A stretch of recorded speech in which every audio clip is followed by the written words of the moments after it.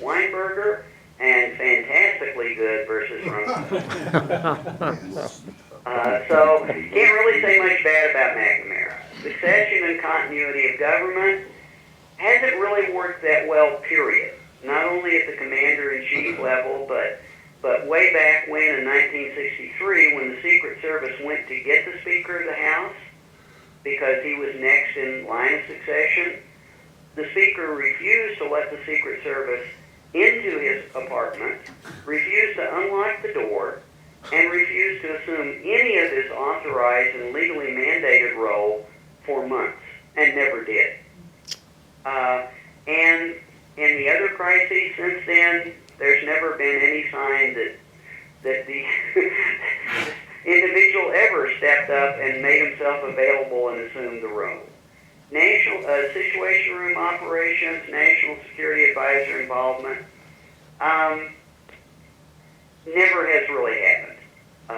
Situation Room performance has gotten better. The National Security Advisor really has never stepped up. I won't even speak too much about Condoleezza Rice because that would involve slander. National Military Command Center operations, Joint Chief involvement, has been reasonably good from a technical standpoint. The military has made itself available and been ready to take orders. Generally speaking, they haven't been given them. The Joint Chiefs have been as involved as anybody would make them, but they don't really bear the command role. The only evident failure there is when you get to 9/11 and you start looking at NORAD and the air defense, and that's another story. But so basically, I don't see any anomalies because it's never very good. And I know that's probably a letdown. It's like, okay, where's the conspiracy? Where's the conspiracy if this is all screwed up all the time?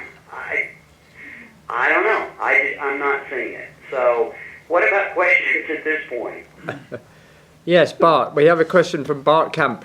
Is there no training about this? Aren't these people being educated about this whole thing? I mean, of course, you know, there's bundles and bundles and files and folders filled with protocol, but aren't these people being trained as such? Don't they go through an exercise and basically, you know, that they that's a great question, and that concerned me deeply, and I try to deal with that in the book. The only training that I can see, national security response training, that I can really see evident, say, before 2001, is there occasionally with some presidents, and it was more a matter of the president's interest and whether their advisors got their attention. Some presidents were very concerned about their nuclear response commander-in-chief role, and they did actually participate in exercises. Richard Nixon did not. Gerald Ford did. Nixon seems to have been so tied up in Southeast Asia that he generally even lost interest in the strategic responsibilities of his job. The one person that stands out I'll go a little further. Clinton was involved in one exercise early in his presidency. They actually started the exercise. They gave him the PSYOP manual, which is the manual that the president is supposed to read, and gives him his options in releasing nuclear weapons. It goes all the way back to Jack Kennedy saying he wanted more options. Apparently Carter had never been through it, and as he started reading it, he said, "This is really too confusing. You guys just rewrite this because I don't know what I do in a real attack." And as far as we can tell, they never rewrote it, and he never tried it again.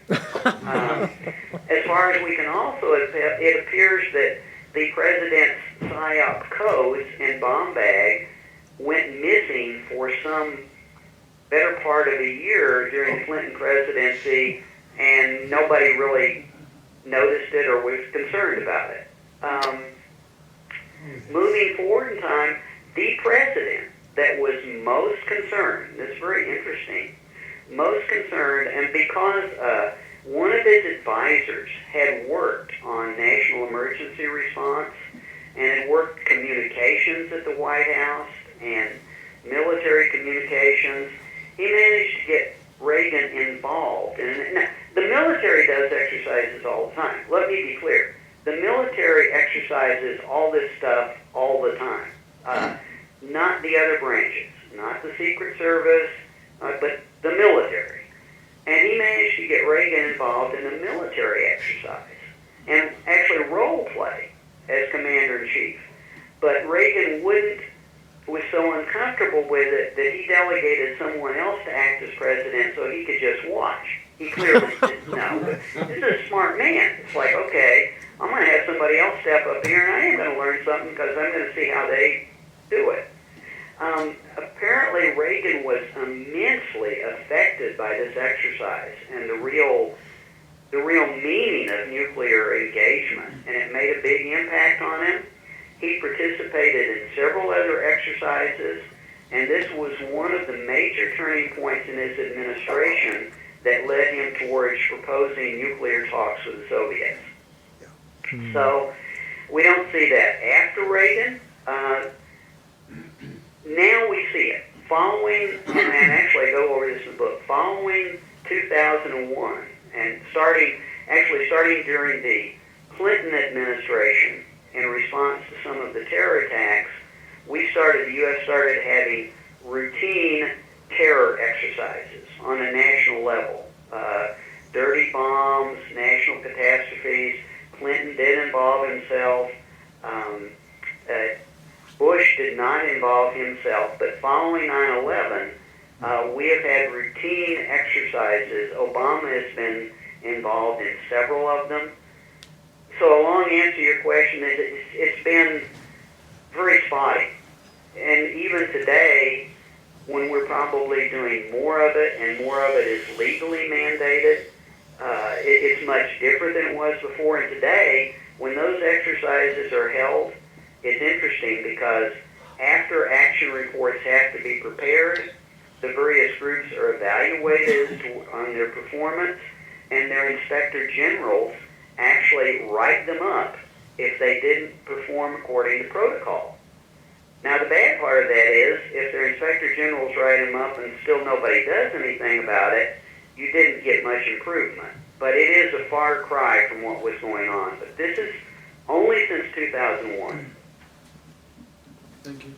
Okay. Thank you very much, Larry. We're going to have to call a hold there because we've got time marching on, but that was superb. We've learned a lot about history, some concerns obviously out there. Well, I know it was different. You don't hear this at most JFK conferences, but I hope it was broadening at least, and I enjoyed brilliant. it. So you all have a great conference. Thank you very much.